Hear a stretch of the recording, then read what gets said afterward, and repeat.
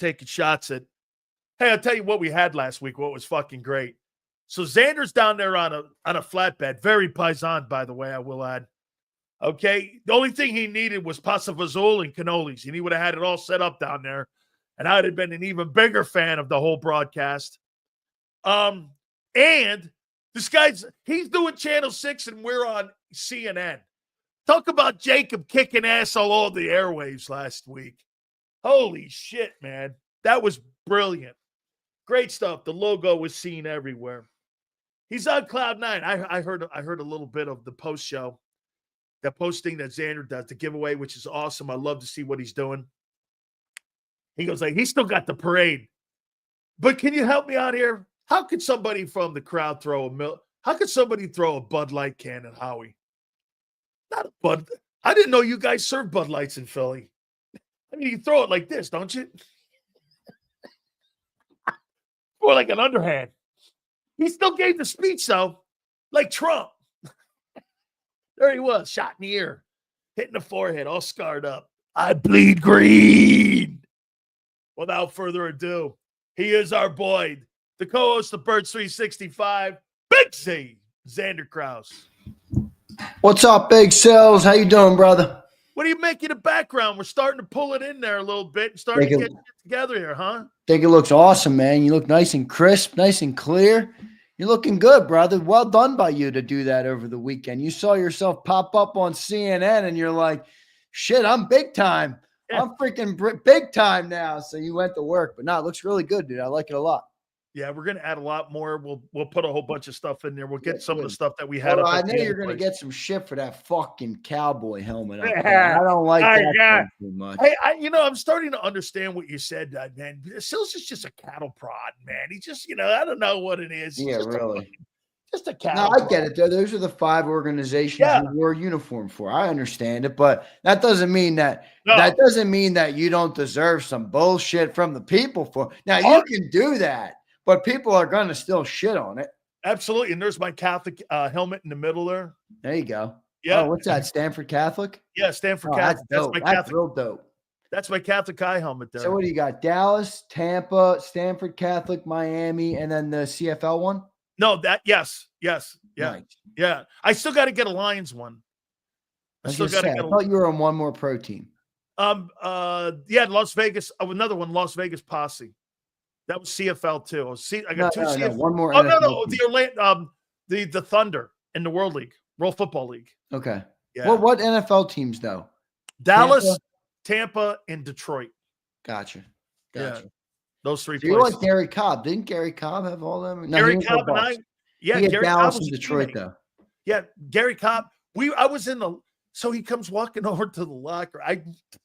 Because we both went to Stanford, and I thought it was really cool. Dallas put the locker right next to me. He comes fucking walking in. He looks at me. He goes, "I'm leaving." I go, "What happened?" He goes, "I got traded." I go, "Where?" He goes, "Philly." And I go, "Philly? Holy shit!" He goes, "Yeah." Buddy Ryan, or I guess it was Buddy, traded for him. Shame you didn't play in Philly. You would have loved Philly. I was so close, but Jerome fucked that up, man. He had a horrible night. Philly's legendary, bro. Philly's a legendary place. It's a legendary city. It's a legendary place, as evidenced by the unbelievable showing on Friday. They flew me in. They put me up. I had a contract in front of me. You guys were playing Monday night against the Giants. Jerome fucking laid the biggest egg you can imagine. I'm walking in and JB's introducing me to Buddy again. Buddy Ryan turns and looks at me. He's so fucking pissed off at Jerome. He looks at me and says this. I got the general manager of the team. I got Jerome standing next to me. And Buddy's in front of me going, "You think I want another one of you motherfuckers around here? You see what that fat piece of shit did on Monday night?" And I'm going like this. I looked at him. I believe that. Jerome looked at me and I go, "You motherfucker." And the general manager had the papers in his hand and he put his head down. I got on a plane and I think San Francisco and Kansas City were looking at me after that. Yeah, it was, oh my God. That was in season too. I would have joined the team right there. They flew me in, but Jerome, he was so awful that night. He goes, "Fucker quit on me." He laid on. He was terrible. Terrible. I don't need another one. I know you. You know I know you. And I'm sure there's so many good stories from that era of your life. Oh, my God, man. You've told many of them on the show, but I don't know if we'll ever hear all of them. Oh, no. There's shit that I've forgotten here. Hey, so let me ask you this. I realize what a crackhead feels like with no football this weekend. I mean, coming off of no college or pro football, it feels like what a crackhead must feel like coming off crack cocaine. I mean, I'm like this. Holy shit, I am not watching that NBA nightmare. I watched the Daytona. Yeah, I did too. I've been to that thing a bunch. Yeah, it's tough, man. Holy shit. And I'm not a TV guy. A lot of people are TV guy. They watch TV or movies or something with their family or whatever. I've never been that guy. I never liked them that much. I've never cared to. So football is kind of my thing. I like hockey too. I really enjoyed that game they have, USA and Canada. That was a good one. But brutal. Absolutely brutal. I might be pulling a Jeff Kerr and just kind of running back the season every Sunday and watching one game at a time, and then watching some NFL Network I was already watching the NFL Network today, Packers Lions earlier in the year. So I was watching some of that, but no, it's brutal without football, man. I'm a football guy. How about this, man? I got some information on Zach Bond and some of the projections on price tag. Some of those numbers are what it is. I think we're going to be in play for some of these dudes. I had to check a couple guys. I checked out New England and I checked out Carolina, obviously my two connections. Right. And I said this, I'm getting from the NFL Players Association, Zach Bond's market value is $9.7 million over 2 years. And they're like, yeah, the guy that's on that roster right now that people are going to be throwing money at is going to be Josh Sweat at 18.3. Yeah. I'm like, 18.3? Yeah, I knew that. I figured that with an edge rusher. And that's kind of what Sal Palantonio said. How about this one here? Mekhi Becton is 10.2 at $40 million. 4 years. I'd sign that deal tomorrow. I wouldn't blink. Okay. 25-year-old guard. That was the reason you ran for 2,500 yards this year at $10 million a year. I would close my eyes and sign that contract. Milton's 11.3 annual. Milton's going to get a lot more than that. I'll guarantee it. People overpaid. That market's going to be deeper. The linebacker market is kind of what's shocking me. The linebacker market is the one that it's possible Bond gets pushed down because of that linebacker market. The D tackle market, dude, they're going to pay. Remember, a lot of these projections are coming off of what Milton has done, and he didn't have a full-time starting role in Philly forever. So his market's going to be low. He's going to get close to 20 million. He might get more. John thinks he's going to get more than 20 million. No way. Milton. Oh, Milton. Yeah. Okay, Milton. Yeah. Milton. Yeah, Milton. Yeah, Milton. Yeah, those two guys. Some of the lists that I've seen. I mean, I've seen Zach Bond down in the 30s. It's some list for free agency. Yeah. I go on Spot Track. I'm a premium member on Spot Track, and I use some of their stuff, but it's never perfect. I mean, I have to acknowledge it's never perfect. So, but I went on and looked, and this is where bad teams hurt good teams. That's right. Because this is their valuation, and if everybody was a good team, their valuations would probably be correct. But when you have, like right now, it says the calculated market value for Zach Bond is $9.7 million a year. 2-year, $19.5 million deal. That's not going to happen.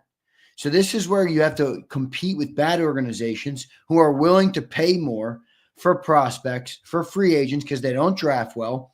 They're not an enticing place to play. Nobody wants to play there. So they get people with money, and they come in with $18 million for Zach Bond, and Philly can't afford that. So this is where bad teams kind of come in and hurt you. But I think they're all going to beat their market value. You think Zach Bond's getting $10 million a year? No, I can't believe that number. I think he's getting more than that. I can't believe that number. John's prediction today was less than Fred and less than Roquan, but above that third guy, who I think is, I want to say it's like Milano, maybe. I don't know who the third linebacker is. Is it Bolton in Buffalo? I think it's Matt Milano is the third. Oh, Matt Milano. That's the guy in Buffalo. Matt Milano, yeah. So I think I think he was thinking like Queen gets 17-5. 11-4. No, Milano's more than that. He's like 15. So I think it's going to be, I don't know. We'll see. We'll see what ends up happening. At 10 million, I'm going to say Zach Bond will be back. At 18 million, no, that's a tough putt. That's a tough putt for a team that, I read off some of these names this morning. I mean, it's just unbelievable. And this is where it's great that we're here, but this is where it's almost more important for Howie to be better in the future than he was to get to this point, because Cooper DeJean, 22. Quinyon Mitchell, 23. Jalen Carter, 23. Jalix Hunt, 23. Moro Ujomo, 23. Nolan Smith, 24. Nakobe Dean, 24. Jordan Davis, 25. Reed Blankenship, 25. Think about the ages of some of these guys on defense. And those are premium. Those are players. Those are guys that have impact on the game. So Howie's going to have to be perfect in the draft. He's going to have to sign great contracts. And I also think he's going to go in and restructure a lot of people this year. Here, one thing I'm going to say about Jordan here, Bob, he asked me, do I think Milton does a good enough job tying up opposing O-linemen to free up linebackers? No. I think he's a good run stopper. I don't think he's an exceptional. I think he's better at pass rushing. And I also happen to think he's good at both. He's not great at one. He's okay. Like, I never thought Javon Hargrave was a great run stopper. I thought he was a really good pass rusher. That's why you guys were 16th that year in 22. I never thought he was really a great. He wasn't a good run stopper. You're right about that. 100%. He wasn't a good run stopper at all. I think Milton's better. Milton's pretty versatile. He's an impressive young player, honestly. Plus, he's Howie's pick where he found him in the third. I mean, that matters to GMs. I found you not. See, what you want on your team is grand slams where you hit not just in the first, but you hit in the second, third, fourth, and fifth. Like, do you know the greatest pick that Howie's probably had? That he'll say it's Jalen, a starting quarterback, a Super Bowl MVP, was the second pick. Yeah. He was a second rounder. How many second rounders in NFL history have ever gone on to win the Super Bowl MVP? That's a good question. Probably not as many. Probably some, but probably not many. Yeah, I mean, the only free agent I can ever think of that won the Super Bowl MVP is Kurt Warner. I can't think of anyone else that was a free agent quarterback that went into a team and won a Super Bowl Most Valuable Player. Right. Okay. Yeah, no, it's going to be interesting to see what happens with these guys, man. I mean, we're only what are we 23 days away, everybody, from free agency. So it's happening quick. I mean, we're not far from that at all. And we're 10 days away from the combine. So, and tomorrow you can determine the tag if you want. That starts tomorrow? Oh, tomorrow, February 18th. If you want to use the tag. Yeah, so I think like the Bengals are gonna tag. Now the Eagles don't tag. The Eagles are not a tagging in the business of tagging. That's typically for your organizations who aren't good with cap. That's who does tag. So I don't anticipate the Eagles will do any tags, but it is interesting to see who will get tagged this year. I think T. Higgins is going to get tagged. I saw that today. So again, they're going to do it again. I saw a report today. Not sure if confirmed or not, but I did see that. Which is brutal, think you man. can do it twice. Yeah, I read the same, Yale. I mean, it's brutal for him, though. Just keep pushing him off that big money deal, moving him later in his career. I mean, there's a reason the Eagles don't do that, man. It's a $10 million whack. Yeah, I know, but it's still bad business for the player because you're pushing your career out. Yeah, I mean, it's not good. You limit that third contract, you know what I mean, which is really where you make your buku bucks, which is where you can make, life-changing money again on top of what you've already made, and he's going to limit that, but $26 million is the tag. And if he were to go on the open market, if Ahmad St. Brown got 36, he's going to be in that $30 million range also. Yeah, I agree. Okay? And A.J. Brown at 32. I mean, yeah. So that's what you're talking about with T. Higgins. The Bengals aren't paying him and Jamal. No. It makes more sense for them to tag him again, like you said. Okay, hey, all supers will be red. I want to ask you something here. By the way, I started listening to this because I search around all morning long. I'm looking for content and this and that.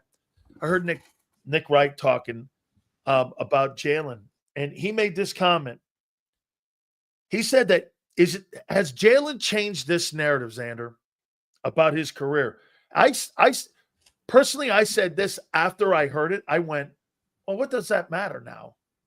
that was I was like, I mean, are you just looking for angles to beat the kid up? Right. That's kind of how I see this too. But look, I get sports talk, so I understand it. Here's what he said. Right now, can you ever mention Jalen Hurts' game, the way he plays the game, without mentioning team success or the roster? After I even said it, I thought it sounded stupid. I mean, you just read it to me there, and it sounded stupid as shit. It's a team game. This is not an individual game, you know. And I love, by the way, for anybody who saw the unscripted, and I continue to say how much I value and I like the mindset of Jalen Hurts, because I think there are many things he has that you cannot quantify on statistics that help you win football games at this level. All right, and he said something. You know, I basically played my heart out, played one of the best games of my life in 22, and we left with nothing. And I left there feeling empty. And his point with it was, winning is all that fucking matters in this game. If we don't win, I had the greatest game of my life. We lost. I felt like shit. I felt nothing. And I think, you know, so much of that is lost in the way we evaluate stuff today. It has a lot to do with fantasy. It has a lot to do with gambling. It has a lot to do with what funds and helps propel the league forward from a financial standpoint. I don't view his career like that at all. In fact, I'm starting to look at his career more and more, and I'm saying, holy shit, this guy is always at the top. Oh, always. 26-2 at Alabama, 2 straight appearances in the national championship. Went to Oklahoma, led them to the playoffs. You know, brought Queasy Watkins and who else was our receiver in 20? And Jalen Reagor to the playoffs in 2020. Devontae Smith led that team to the playoff. 22, you go to a Super Bowl. 23 was obviously a regression for the entire team for Jalen as well. And then 24, right back to the mean at the top of the league. I'm starting to look at it and I'm like, boy, it doesn't matter what it is. It doesn't matter if it's passing, if it's throwing, if it's running, if it's leading, if it's changing the play at the line of scrimmage. It doesn't matter what it is. He seems to meet the moment depending on what it is and what that football team needs. And I think one of his best attributes is I do think he's answered a lot of the questions. Sills, what was one of the things that rightfully so what was questioned on Jalen coming into this year was the reading of the defenses. It started a little slow. I think early in the year he did struggle with it. By that Super Bowl, I saw him up at the line of scrimmage, pointing everything out, checking in and out of plays, moving in, moving out, identifying. And I'm like, now he's great at that. It was his best game. He's done really good at answering all the things that have been wrong. And you know, sports talk's going to sports talk. I get it, but I don't view it like that at all with Jalen Hurts. I really don't. I'm done viewing it like that because all of those things, all of those variables that told me for the last 4 years why we would never win with Jalen Hurts were turned on their head. They were proven incorrect. So if something was proven incorrect to get to this point, why would I then immediately turn back to that barometer as how I would gauge this quarterback? I get it. It's sports. It's just conversation. It's just conversation. Okay, but it's stupid. It's stupid. You can't do this. Was the team accomplishments and roster? Well, shit, man, he has no control over any of that. I mean, he has no control of that. Yeah, but here's the thing too. What would you rather have? I mean, I'm not. I don't know what the argument is. What I was listening to. Like, I'll ask you this. All right, why doesn't Josh Allen win? I don't think he's in the greatest organization or greatest. I agree. I agree with that 100%. But so what's people's point? If Josh Allen doesn't have the right team and he can't win, and you use that to say, and I agree, by the way, I do think Josh Allen would win if he had a better organization. But if you're going to say that, how are you going to knock Jalen Hurts for having an organization that did build effectively and then he did get the job done? So it's like he's being. I'm not saying you. I'm just saying like he's being penalized for being drafted by a good organization doing their job. Come on, that's bullshit. That's bullshit, especially when we use the same thing to excuse why great quarterbacks like Joe Burrow, Justin Herbert, Josh Allen, Lamar Jackson. If we use that to excuse why they haven't won, then why would we use that to take away from why Jalen Hurts has won? But they do. They do use that to rank others ahead of him. Well, I agree, but I'm saying Jalen Hurts got over the top. Jalen Hurts went further than they did. But they don't look at Jalen Hurts has gone further than them. That doesn't mean they think more of him than those other guys. Well, I think they're stupid then. Okay. Well, again, I think there's the majority of the people in the league that cover the league too would never ever in a million years say that Hurts is a better quarterback than Allen or Burrow. They wouldn't. Okay. I mean, if you drafted those two dudes, how about this? If you drafted without a team, without any roster, and you drafted Josh Allen, Joe Burrow, Lamar Jackson with no roster, and everything was just the same, you would really draft those guys over Mahomes? I mean, not maybe Mahomes, but the rest of them. You draft them over the rest of them. Well, I think that's a tough. I mean, that's a crazy. That's what they're saying. That I'm not. I mean, I think that's, again, it's these people come up with, and instead of giving Jalen credit, it's an angle. I know it's an angle, but instead of giving Jalen Hurts credit, we would rather play the woulda, coulda, shoulda. What would Josh Allen do? We would rather play hypothetical awards than look at what's real. Okay, one thing is real. That's the Lombardi Trophy. Okay, that resides in the city of Philadelphia right now. And that goes back to their thing that you can't mention him without a team accomplishment. And you can't. I'm talking about the player himself. I know what you're talking about, but I'm trying to explain. No, not me. Because when I heard it, I thought it was. When I heard it, I thought it was stupid too. But Josh Allen, okay, let's just call Josh Allen the greatest football player on planet Earth, which I think wouldn't be an unfair comment. I do think he's that good. He hasn't won because he doesn't have the team. So my point is that how can that be a knock on a player? It's not a valid knock. I don't think it's a knock. I just think it's okay. If we're talking about this, isn't an and, if, or but. Allen doesn't have the organization. He doesn't. And he doesn't win because of it. And he does more with less. But he doesn't win. But he does more. Okay, fair. But he doesn't win. But he doesn't. He's doing it with less. Okay. Because the organization, unfortunately, he's been drafted by the Bills. Okay, again, but you're assuming that I'm not assuming. This ain't an assumption. That team is not near what the organization of the Eagles.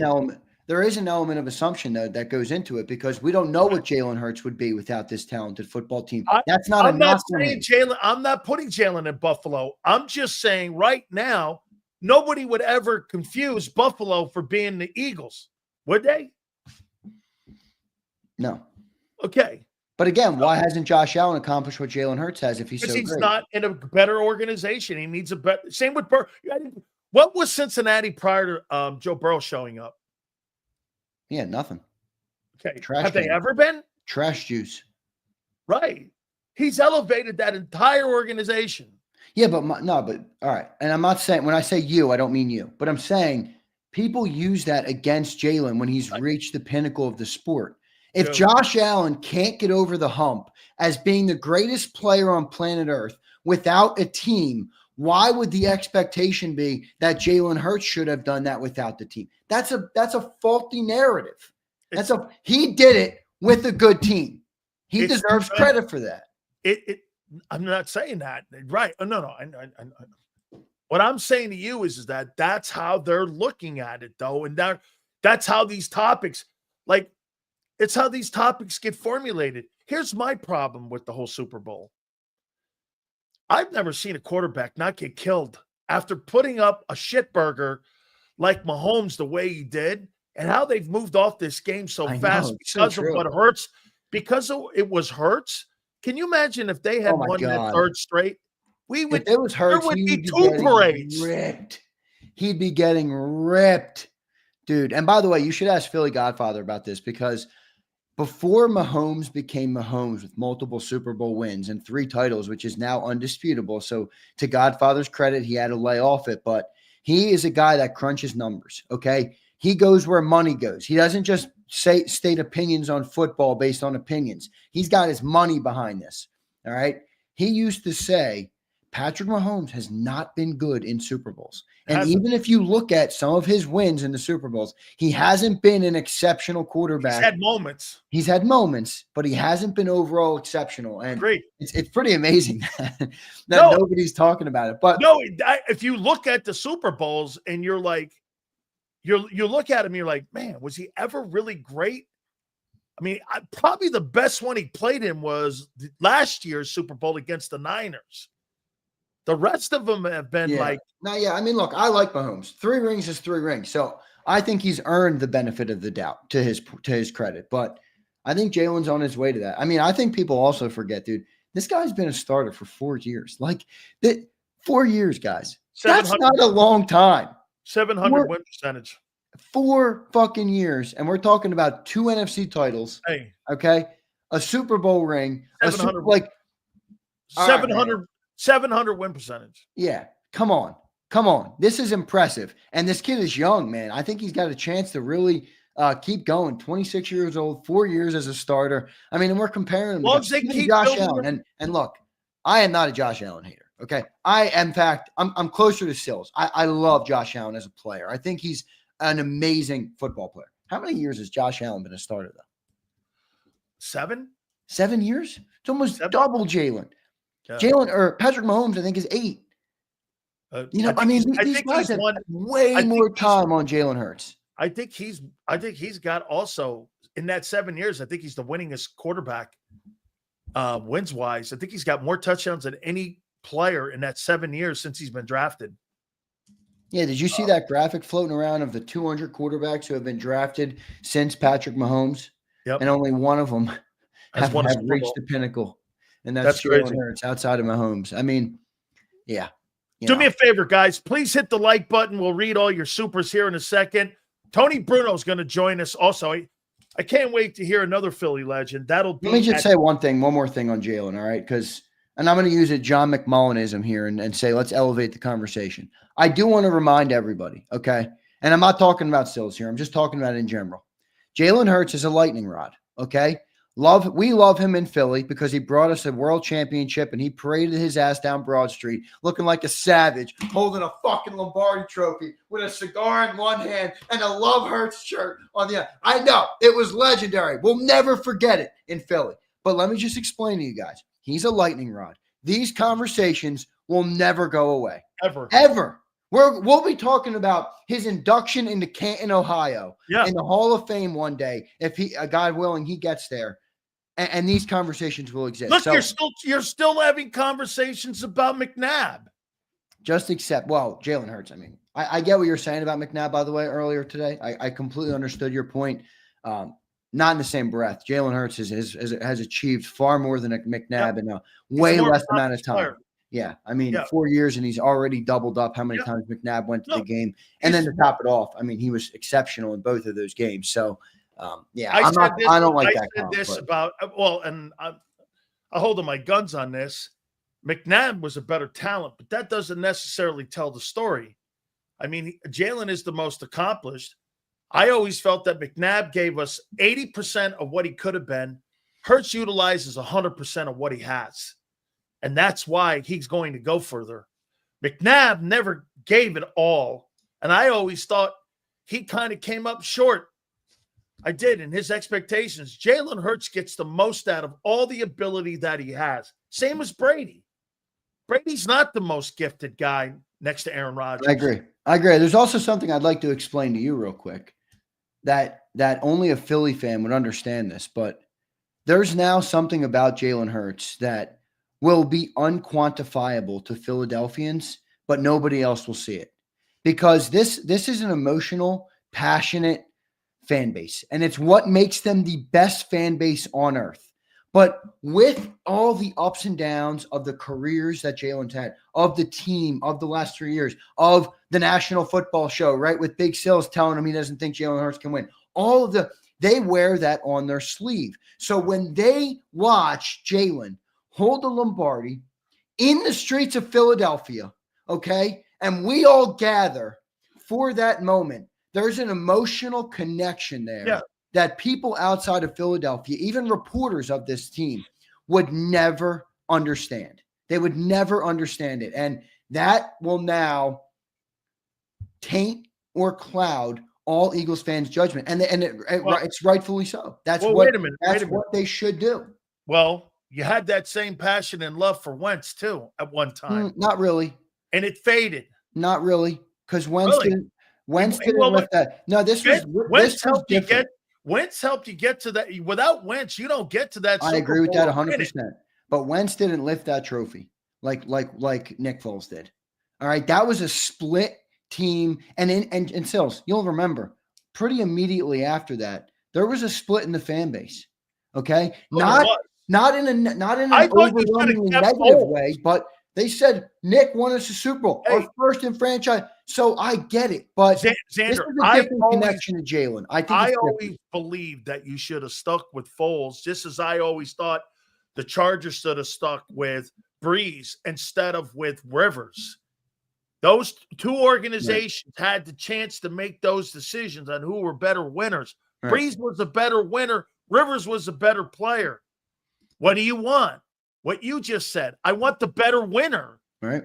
That's what I want. There's no doubt his accomplishments in the Super Bowl era. I don't know anything about the Eagles 40s, 50s, and 60s and that shit. I just know in my lifetime that he's the most accomplished quarterback, even more over Jaws, Randall, all them guys. And I'm telling you, Sills, don't sleep on the emotional connection that this city has with him. In a way, Sills, and I hate that. By the way, I fucking hate this cliche. I really hate this cliche. But Jalen Hurts is Philly-like, man. He doubted all the way through. No, you've adopted him. Told he can't do it. Told for whatever reason we're going to need a different guy. Told the arm's not good enough. Told whatever the case, this is why you'll never get it done with him. And then he gets it done in the way that he did it. There's a connection to this guy that this city will have forever that I think people outside of Philly won't really understand, but I certainly understand it, and I feel the same connection. I have adopted him for sure. Absolutely. Let me throw this to you here. What do you think was the most unexpected part of this team this year in 24? Was it Barkley and the 2K? Was it Bond being the all-pro middle linebacker? Was it the defense being number one? Or was it the two rookies? All right, I'm going to rank them. I'm going to rank them. You gave me 4. Defense, number 1. Bond, number 2. Wow. Rookies, number 3. And Saquon Barkley, number 4. Because here's why I put Saquon in the running game at 4. Wow. Because we've had amazing running games. We've never had this running game, but we've always been great on the offensive line. Like, even as we've lost, we've always been able to pridefully say we have one of the best offensive lines in football. We've said that every year for basically the last 8, 9, 10 years of the NFL. So I don't want to say that what Barkley did wasn't amazing, but we knew if you got a dynamic player, or it's less surprising in the way you asked it, behind that offensive line. By the way, Mekhi Becton, by the way, did a lot to help that too, because he was so big and so physical. That's the least surprising thing there. 3 for the rookies. The only reason I put them at 3 is because the only thing that could top that would be a story like Zach Bond, right? I mean, this guy didn't even know he was going to be this good. He said it on an interview. I didn't know why they put a Pro Bowl stipulation. Forget all pro. He didn't know why they were talking Pro Bowl with him. So he didn't even know it. That's an insane story. And then to top it all off, the entire pie, having a great linebacker or great rookies doesn't make you a number 1 overall defense. This defense had a lot of holes coming off the team last year. And for them to come together, for Vic to coach them up the way he coached them up, and for this team to actually log the number 1 defense through the final game. It's one thing to be the number 1 defense. It's another thing to make Patrick Mahomes look like he didn't know how to play football anymore, and Andy Reid have his worst Super Bowl in years against that. That's another level. So that's got to be number 1 because the defense was insanity. Number 2 is Zach Bond. I mean, all pro is just insane. I think that speaks for itself. Number 3, to have 2 contributing rookies at the level that they contributed. I don't know how often you see that in the NFL. No, you don't. Okay, you don't see that very often. Even the Rams had a great year of rookies too. And then Saquon Barkley, to his credit, he did deserve to be the number 2 overall pick. He just needed a football team around him. Yep. Reminds me of an earlier conversation that we had today. This is a team game. Everybody needs players around him to be great. You know, Sills, I say often, I take a lot of lessons from this team. Well, here's another one. All right. What would I be without Big Sills? You know, same thing with John. What would I be without the pick? What would I be without the people who listen? What would I be without my parents who raised me? What would I be? I can't be great without the greatness of others. Right? Hey, Zander, goes both ways. Yep. No, well, I know, but I was just using it as an example. I got it. You know, 100%. You can't be great without the greatness of others. So, see, I used to think it was just me. I didn't realize that you need a support system around you. You need people, man. And you want to go fast, go alone. You want to go far, go together. Yep, that's right. You want to go fast, go alone. You want to go far, go together. So that's right. But that's how I would rank them. But I think that's a good question. How would you rank the ones what I just answered? But the most shocking thing to me was that defense turned out to be number 1 in the NFL. You went from the 31st most questioned defense going into this season for you to take it and then top the year off with an emphatic statement showing you why you were by beating a dynasty and knocking them around and bitch slapping them. Do you understand what you did? It's one thing to be called the number 1 defense. It's another thing to earn it and show it. Yes. All of that. Yes. And you worded that better than I did. Yep. And I saw it, and I'm like, that. What I saw the first 4 weeks versus the last 2 weeks, I couldn't believe what I was witnessing. By the way, did you hear what people finally they kind of noticed it? We had somebody tweet it out earlier. Vic running that Todd Bowles cover 4. Yeah. That was Todd Bowles. Will we not agree, Zander, in the last 4 years, there's only been one coach that's had success against the Eagles, and it's been Todd Bowles. Yeah, so we had I mentioned Sal Palantonio. I think this was Sal. We had Sal on, and he texted Todd Bowles during the game, during the Super Bowl. When he was there in New Orleans at the Super Bowl. He texted Todd Bowles and said, Vic's running your defense. And Todd Bowles responded instantly. He said, with a 3-letter response. Yep. So yeah, that's pretty interesting stuff there. No doubt about it. That's a good coach. Yeah. What worked? Then watch this. Remember what Dave Wannstedt said on this program at the beginning of the year. Vic's going to draw the scheme up. This is about the Jimmies and Joes executing it. Yep. Hey, Vic could go like this. We're going to run this defense here, but you got to have the Jimmies and Joes to go out and get it done and go eat. Right.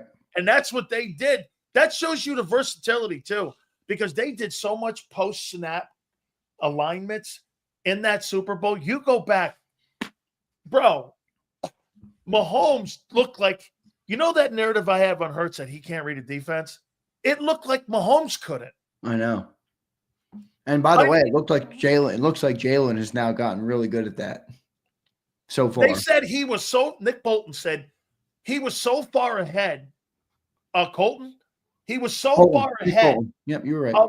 Of his landmarks in his reads and his progressions that he knew exactly where to go everywhere. Who, Jalen did? First time I've heard that, Jalen. Yeah. Look, it's a testament to what we talked about a little bit ago, that this kid doesn't just get better at what he gets called. He gets proficient at it. He gets better than most at it. I mean, it's, look, I think it's a big credit. Well, can I ask you something real quick? It just popped in my mind, and I got to ask you. All right. And it has to do with that fucking ugly ass Dallas Cowboy helmet. Oh, what an ugly helmet that is, by the way. The shitty ass star. I mean, that's a shitty logo. We're Eagles, the bird of the country. Yes. The most iconic animal maybe ever. Why does that bother a champ? It doesn't. Why are they even? I have a question for you that bothers me a lot more than that stupid ass star does. Go ahead. Are you trying to put the Maloik? On what? Are you trying to put the Maloik back on the team after they have gotten to the? Are you looking at this team like these guys are about to be a dynasty? I need to pull something Not in the me, man. Flag of tricks. Not the Maloik. Not me, man. You know what I do? I am a content God. I create shows. I create The Maloik is back out, baby. The Maloik. I just heard a conversation today. That's all. Let me rank this. I'd go like this. The defense won. Dude, Barkley surprised me because he never lived up to that billing that he had in New York, and he was that guy. He proved he was that guy. Just like I'll tell you this, two narratives have changed. Jalen's winning now, can't be denied, and Barkley was the second pick. The Giants just didn't know it. The rookies, in my opinion, number 3. I can't believe they stepped in like that. I know, it changed the entire defense. Well, so you got Bond 4. Okay. Yeah, I got Bond 4. Even though it's insane. These are all insane stories. I know they are. It's true. It's true. I can't be mad at you for any of them, but yeah, I see where you're coming from. I mean, every one of these here, you could put them in any order. Hey, seriously, have you ever seen somebody go to All-Pro, most votes, and he was a free agent special teams guy? No. Right. What about Barkley for 5 years in New York, not going anywhere? He got $2,000. He's the all-time rusher in NFL season history, counting the playoffs. No, I didn't think he was that. Do you ever see 2 rookies step in and change the defense and help him become the number 1 defense in the NFL? No, I've not seen that. Yeah. How about this one here? Do you think Jalen Hurts overcame a narrative this year also that the passing game sucked? 2903, bro, 18 TDs. He's nowhere in the landscape. But then when he got to the NFC title game and the Super Bowl, that was a non-factor. I think he vindicated himself in that you're not wrong. And if you were saying the passing game wasn't up to standard, that 2903 is not a lot of yards. But where he vindicated himself is he did it because that's what was needed to do to win. And then when they took away Barkley, he did what he needed to win in those games as well. In the Super Bowl, Barkley had 50 yards. I got it. I mean, that's the one thing Spags did good in that game. He took away Barkley. Yep. Eagles blew the fucking Chiefs out. Jalen Hurts was dropping 50-yard daggers into the hands of Devontae Smith. Fucking cha-ching. So, yeah, he did. Fuck that narrative. The whole thing was bullshit. The whole thing was bullshit. Hit the like button. We'll get to your supers here in a second. All right, Zander. Speaking of daggers, I got some here for you. Got 10 of them here. Then don't forget, we're going to do the supers, and Tony Bruno's going to join us. I think Tony's going to kick my ass on Hurts a little, too. He might. I think he might, because he's a big... I don't know, because he didn't like Jalen either, right? No? Oh, he liked Jalen? I thought he's a Jalen guy. Okay. All right. You might be. He might be. I might be wrong on that. Here's a couple dudes that I think could help your ball team. All right. Free agency. Yeah, dude, how many good free agents this year? So here, follow along with me. Well, I say that because I'm curious to hear what you got. Okay. Well, this is preliminary. Okay. All right. Khalil Mack, 33, had a really good year. He's projected the 4th top edge rusher. 23.6. Too rich? Too old, Way right? too rich. He's 34. Okay. He turns 34. His market value is 23.6. He turns 34 in 5 days. How can he have a market value of 24 million now? He ain't getting 24 million. That's insane. Caps up 18% again. Khalil Mack for 28 million. I'm not doing it. Fucking kidding me? I'm not doing that. Give me Milton Williams. Give me Josh Sweat. Give me any of those guys over that. That's a crazy contract. Come on, Khalil. You're not that guy anymore. That's his value. Yeah, we'll see if he Here's gets DeMarcus Lawrence, edge. 14.5, 32 years old. No, I don't trust former Cowboys. Fuck him. It's a little too rich for me and too old. I don't like him either, DeMarcus Lawrence. I never did either. I thought he underachieved. I thought he underachieved. A great word for him. Yep. How about this one? Now, follow me here. Dre Greenlaw, 27 years old, 6.7 million, linebacker. You don't know what Dean's going to be for the first month because he's expected to miss the first month. Can you imagine having Zach Bond and Dre Greenlaw as your starting inside linebackers? I like that one because, well, I think what happens with Bond is I don't think the money's too nuts. I think Greenlaw could be a good insurance policy. If you're not going to, if Bond is going to get 20 million from some shitty organization, I like Dre Greenlaw. And the other thing I like him for is if remember Oren Burks is a free agent too. Yep.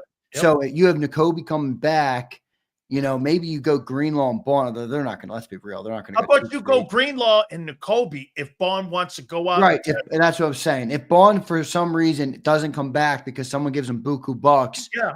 But I will say, yeah, I like him. I mean, he's good. Does he have big injury concern? I know he got hurt in the Super Bowl, but he's coming off of one. Now, I think he'll be better this year. He's 27. We're not talking about a 32-year-old linebacker.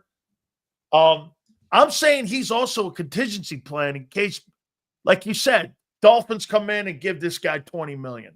Yeah, so he missed a lot. He had the Achilles injury, obviously, in the Super Bowl, so he missed first 15 or 14 weeks last year. But so he's coming off the injury, like you said. I don't know. I do like him. I've always thought he was a pretty good player. Now he's going to be 28 by the season starts. I think, isn't that what Zach Bond is? Is he 28 or 27? Yeah. So age is good. I don't dislike that one. I don't dislike that. I think that's a decent. If you're not going to get Bond, I think that's a decent backup plan there because you're going to have a backup plan at linebacker. Yeah. Yep. I don't think 6'7" a lot. Yeah. No. Now this one's interesting here. Now I'm looking at longevity. Okay. Now this may be a little too pricey, depending on what the market is. But Najee Harris. I heard you say this. $26 million or 26 years old at $8 million. Maybe we'll see what the market is. I don't know. He's had 1,000 yards every year in Pittsburgh. That O-line is nowhere near the O-line in Philly. And you're talking about trying to keep the threads on Barkley.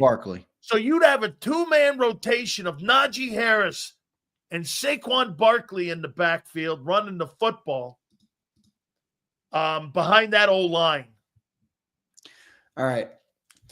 I don't dislike it. I like Najee. I'm a little bit of a Najee homer because I have a funny story about him. The first day he was on Alabama campus, and I ran into him the very first day, and he was a middle of the year guy. So he showed up after his, or whatever, after the semester in high school.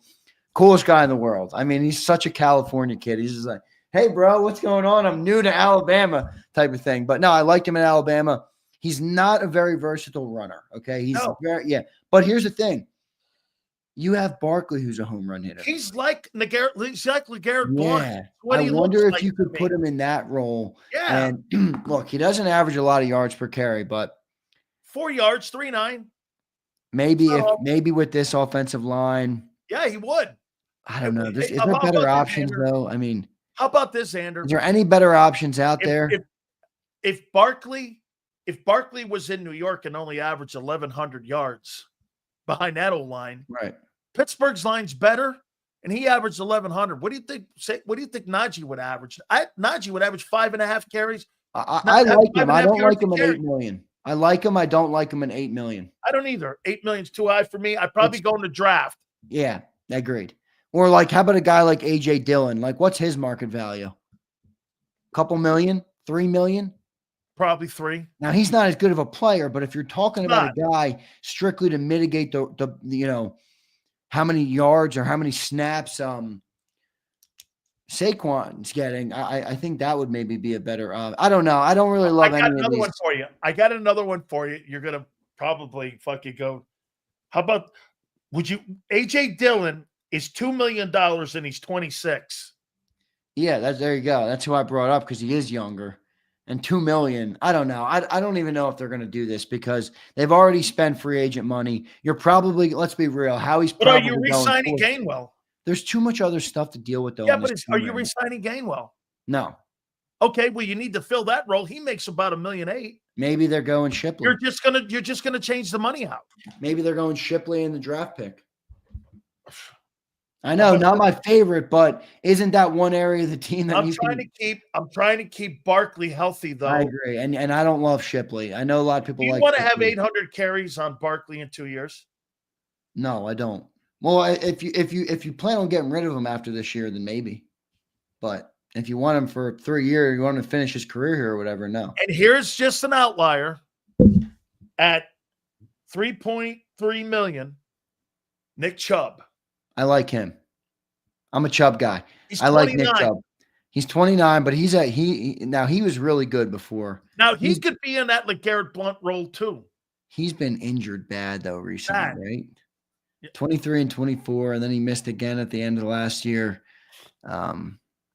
He had the knee issue back in 20. I'll tell you what, I'd rather take a gamble on him than Rashad fucking Penny. Okay, Rashad Penny, they took a gamble on, never even took it out of the garage, and they paid him $3.5 million. You guys hit me with a pause in the chat. I'm a Chubb guy. Yeah. You guys are all chubby. You guys are all fucked up, man. That's I swear to God. I can't even say shit on this show, man, without people turning. The guy's name is fucking Chubb. What do you want me to say? What do you want from me, everybody? Oh, my God. I got another one here for you. Ready? Would you be interested in Dante Fowler at 5'2"? He's 30. Yes, I am interested in him at 5'2". I think he's a perfect rotational edge piece. I'm interested in him at 5'2". I think that's the right number for him. And I think the Eagles would value that enough to go for him. And by the way, I think he's been pretty productive. Yeah, got 10 sacks this year. Yeah, so that's a guy I like. I like that one a lot, actually. How about Mike Gesicki, tight end, 6'7", 6.7 million, 29 years old. Or would you ever think they bring in Zach Ertz and bring him back to have him as because, dude, you cannot count on the Goddard to play 17 ball games. You can't. Gesicki's too old. I don't want him. He's 29. Yeah, get out of here. Goddard's 29, isn't he? I think so. Yes. I think they're going to draft a tight end here. Okay. I think they're going to draft a tight end. I don't think they're going to go for a free agent tight end. You got to remember here. We have a Penn State.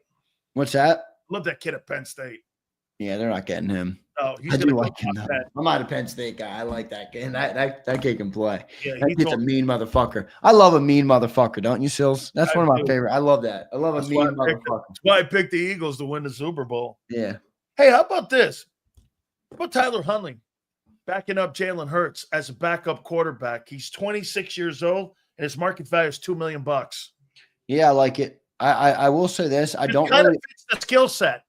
I don't really understand the Eagles' philosophy with the backup quarterback. Like I know they like it and they value it, but if Jalen Hurts is your guy, why do you have completely different style of backups backing him up? I've never understood that. What's that? That's Nick and Kellen. Well, they had that before Kellen. But that's what they envisioned the quarterback to look like. They had Gardner Minshew. Remember Minshew? Yeah. The Minster? Yeah, no, that's Minster. That's what they have. That guy's a goof. By the way, Kellen Moore is interviewing today. Jamal. Wait, how about this? I got one for you. Jamal Singleton for the offensive coordinating position with the Saints.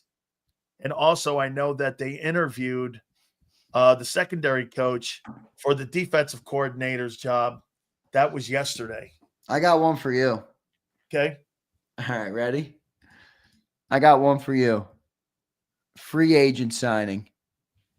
1 year, 10 mil. Hassan Reddick.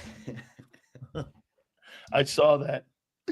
You want to hear? His market value is 11.7. That's too fucking high. What the fuck? That guy didn't do shit. 11.7. And he proved he's a big ass locker room cancer. I didn't even want him at $8 million. $11 million. I wouldn't even take the guy for $8 million.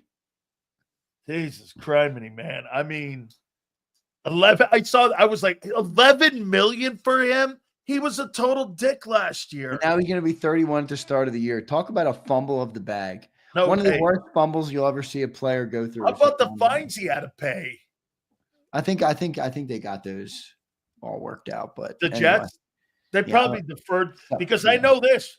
If you're under contract and it starts the season and you're not showing up to the facility, I was told that money's not renegotiable.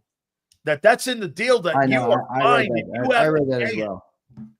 Okay. I read that as well, but you know how the NFL goes. I mean, you can bend the rules. How about this, Zander? Milton Williams, Zach Bond, Becton.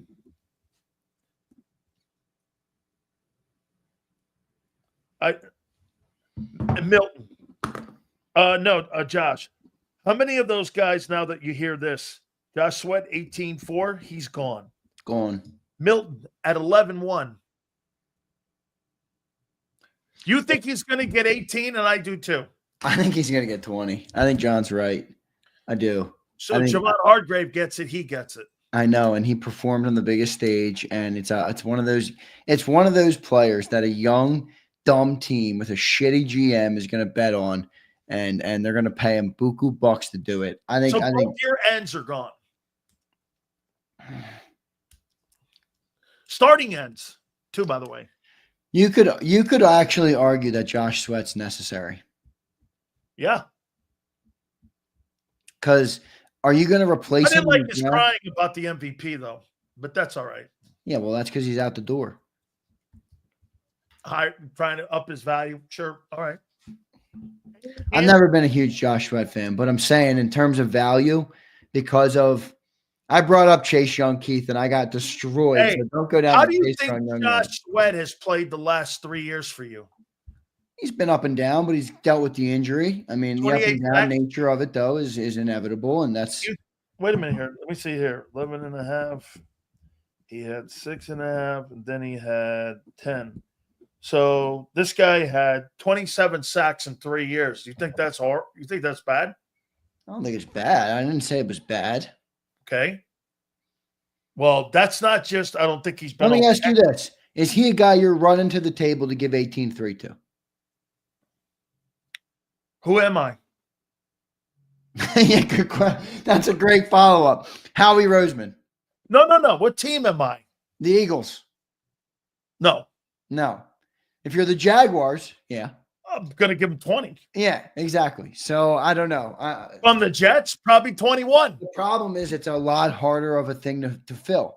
You can draft a rotational tackle. Let's be real. All right. You might not get the same production, but you can live with that, right? Yes. You're not going to draft a guy late in the first round that's going to come in and give you significant snaps as a starting edge. I think Jalen Hunt might be your starter next year. And by the way, I feel okay about that, but it is a bold strategy to go in with him. Yeah, it's a bold strategy. That's a pretty big putt for me to sit there and think he could play 18 games. I agree with you. 18 games, 3 downs. I agree with you. Okay. Because I think they put him in situationally. Like most of the time, I see him in nickel. I don't really see him on first and second down a lot. I see him more in pass rush situations. And I'll tell you this too, dude.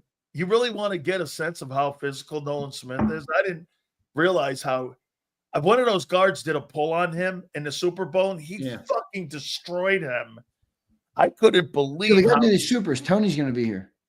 Oh, let's do it, dude. I'm sorry. Let's do it. We're in La La Land here. Ramir checks in. Josh and Lamar have been to the big game, but can't beat Pat. They had plenty of opportunities in games to beat him, and he failed. Hurts' best games were against Pat. So that's true. He's 2-2 versus him. And he's 1-1 in Super Bowls. And you could argue he outplayed him in all of them. Didn't beat him in all of them, but you could argue he's been the better quarterback on the field. In that game, for sure. Yeah, right.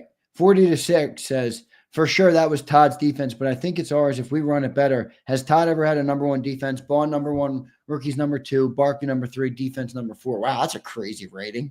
I would say this to you, a 4-6. Todd Bowles won a Super Bowl as the defensive coordinator for Bruce Arians when they were with the Buccaneers 3 years ago, I think it was. Brady won that Super Bowl. He was the DC on that team. Look at Flexen. I love this. Fuck who still played for. Fuck Dallas. He doesn't give a shit about that star, and I don't either. Sean Nim says, will Becton take guard money? He really seems to like it here. I think he will. I do. He has to take guard money. Yeah, I think he will. A couple more supers, then we'll get to Tony Bruno. Matt Dio says, Browns often go for bigger DTs like Jordan Davis and use wide 9 for defensive ends. Huff played well in Jets wide 9. Do you think Browns value JD and Huff in a trade for Garrett? Oh, God. Maybe JD, Huff, 2 1s, and maybe a 2.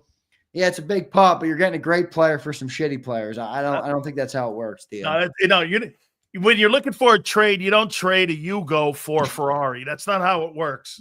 Trading a smart car for a fucking for a Lamborghini. I don't think it works like that. But I hear you, Theo. Wait, Theo, I'll give you this. It's not bad what you laid out. 2 1s, a 2, and those guys, maybe. Yeah. Jason A-Team says they had a bench Hurts in 2020 because he was winning too much and we were tanking. The Sudfeld game where Hurts got caught saying that's not right. Pretty wild. He's just a winner. I love it. Good stuff there, Jason. HKP says Lamar had a #1 defense and lost to Mahomes. No, Jalen's 2-2, man. Everybody wants the rivalry to be between Josh and Lamar, and it's not. It's Mahomes and Hurts now. Yeah, that's what it is right now. HKP again says they'll always find a way to discredit Jalen. I agree with that. That's going to keep happening. No Limit says Sills and Z, you guys think they pay Oren and Dean makes GMs think it's Vic's scheme more than Barnes' talent, lowering his projected value? 9-7 is crazy. I think it's more about the career. No Limit. He's 1 year, man. 1 year. Yeah. I mean, 1 year, and he was a special teams dude. Yeah, I mean, come on. So Mikey says it's Xbox season, Zander. Pick up a controller. I don't know. Maybe I'll play some Call of Duty here and there, but not much, man. All right, Sills, have a good interview with Tony, man. Great. By the way, we got Marcus Hayes coming on at 5:32. Angelo will be back with us tomorrow along with Gary Cobb, too, so keep informed with that. I get all these guys on, man. I love hearing them. By the way, I got a text from Howard Eskin. Howard's doing a podcast now, so he goes, I can't do it this week. I got to get the advertisers. And I'm going like, holy shit. All right. It's all good. All right, bro. I'll see you. All right, I got you. Well, the man, the Godfather. We have Philly Godfather, by the way. And, we have Philly 500, but there's only one guy. There's really 2 guys now. I got to say this. My 2 favorite talk show hosts are Angelo Cataldi and Tony Bruno.